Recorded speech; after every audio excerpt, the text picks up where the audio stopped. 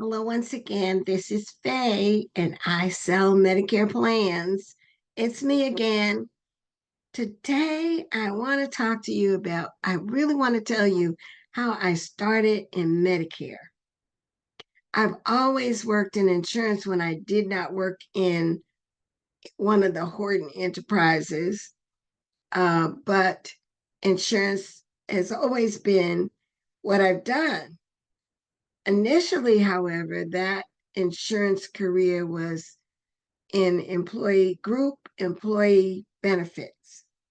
I started as a transcriptionist and then saw the opportunity for a service representative position and became a group service representative and then a senior group service representative, the first Black African American senior or service representative for Aetna Life and Casualty in the entire nation. What an honor. But I didn't stop there.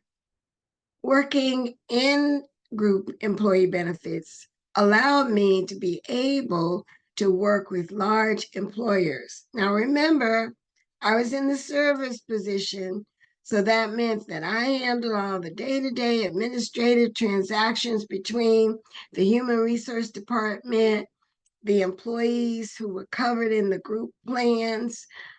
Those were the things that I did. Who needed information to fill out their enrollment form?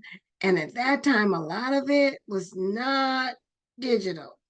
So there was a lot of collecting enrollment forms and making sure that they were completed correctly and making sure they were submitted to the home office for processing, make sure they got in the right section of the employer's plan, all of those kinds of things.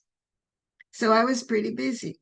But what I learned and what I realized from observing was that the salesman who actually was the sales representative, made a boatload of money, more money than I did in the service position. And after those big accounts were sold, he had the opportunity to kind of just lay low and just be around, just, to hang out until the renewals came up. So that was the kind of life that I wanted. When I left the group employee benefits market, I went to work for my husband and helped him to grow a janitorial and maid service business in 3 states, which he sold to ServiceMaster and then retired me. So after that, with my employee benefits experience, I went to work for a major bank, became their employee benefits officer, put their plans in place, and then the bank was sold to a larger bank, and I saw that coming. So that's when I left, and that's when I actually started in Medicare. But because all of my experience has been with group employer benefits, my role at the first Medicare opportunity that I had was as a sales position, but actually selling to the employers. Now, I had a service rep that worked with me who actually helped me to enroll and get all of those employees enrolled. And sometimes we were doing thousands of employees at a time because we were doing the large group market. From there, I left and moved back to Florida from Connecticut and went to work for Humana and worked in the individual field. This was quite a change for me from enrolling 20, 30, 40 people at a time to enrolling one at a time, one here, one there, individual Medicare sales. It was inexperienced, but I managed to do it. I learned how to do it well. And I also knew When you can get 3 or 4 people together, it makes it a whole lot easier for you to do those one-on-ones. So work there for 5 years, and then was transferred to Texas as a Medicare sales manager.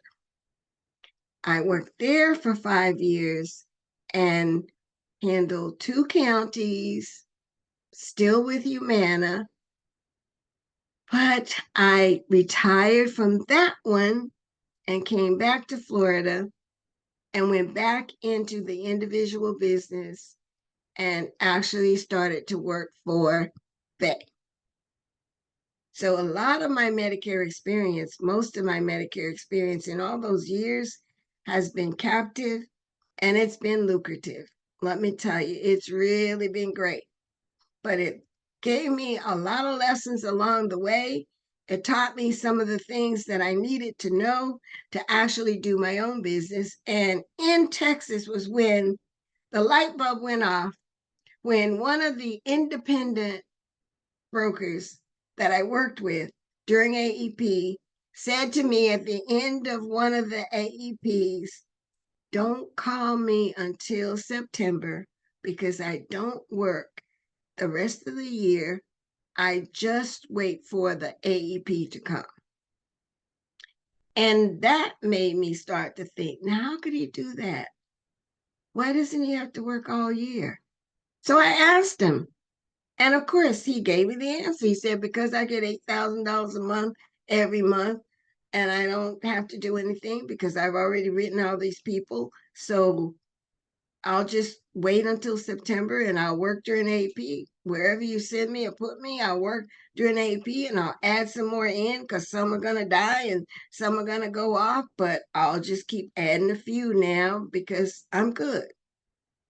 Makes sense, right? That's the Medicare world. That's the residual income. Now, that was at least 5 years ago. It was a few years ago. So $8,000 a month at that time, that was big money. And he didn't have to work all year. He only had to work during AEP. That was great. So why wasn't I doing this?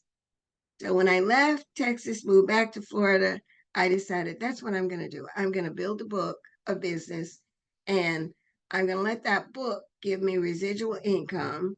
And to this day, I still have some people in Texas who are still in my book that I get $17 a month and $19 a month. That's how long they've been with me.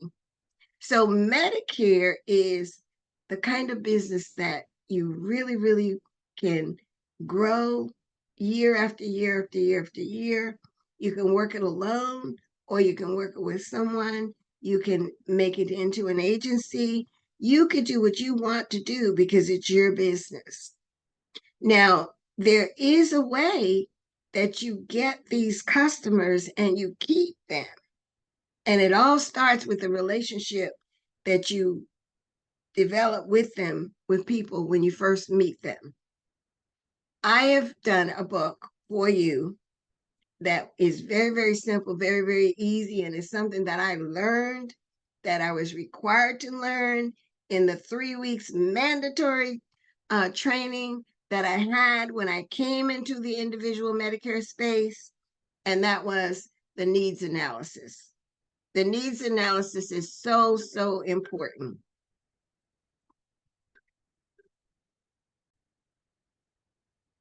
So, what is the needs analysis? It's N.E.A.D.S. The link to get the book that's available to you right now so that you can take notes, read it over and over again, make sure that you know how to ask the right questions, what questions to ask, peel back the onions. There's examples of the questions to ask. So, you're going to ask, what do you have now? What is it that you enjoy about what you have now? What is it that you would change? What would you alter? What would you adjust? If you had the opportunity to build your own plan, what would that look like? And then, key question, do you make the decisions on what you're going to do, or does someone else help you?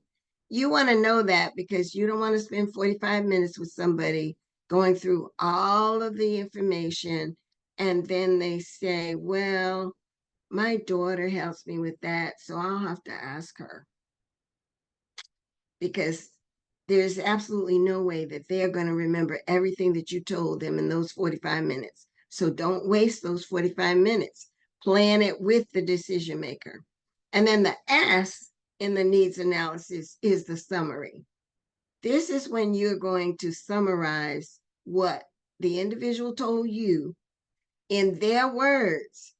Use their words, because you're not selling them, you're educating them, and they are actually selling themselves on what it is that they really need.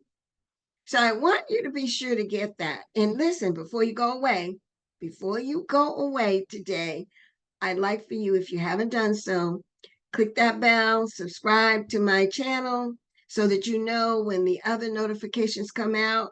And don't forget that we do live AHIP training starting July 1st, which is Monday. We do the 5 modules, 1 module a night. No, it's not free. You got to pay for AHIP, and I'm not paying it for you. But I'm taking you through each module so that once you have paid your money, you can pass first time you take the final exam.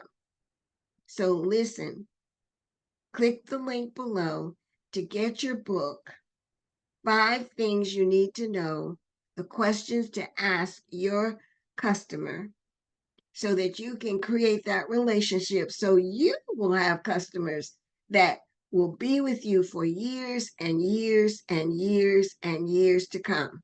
This is Faye, and I sell Medicare plans. Let me know if there's something you don't understand.